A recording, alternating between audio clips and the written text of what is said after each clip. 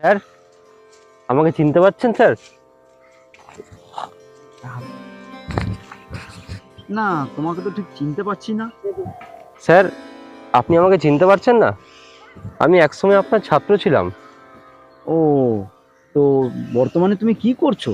হ্যাঁ স্যার, বর্তমানে আমি আপনার মতো এক শিক্ষকতা করছি এখন।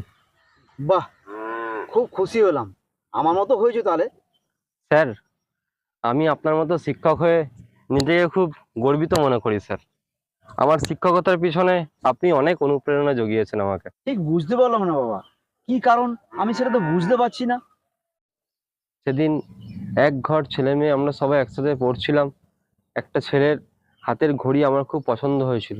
তখন সেই হাতের ঘড়িটা আমি চুরি করেছিলাম। সেদিনের কথাটা আপনার মনে আছে স্যার? শোনো বাবা, তোমাদেরকে একটা কথা বলছি।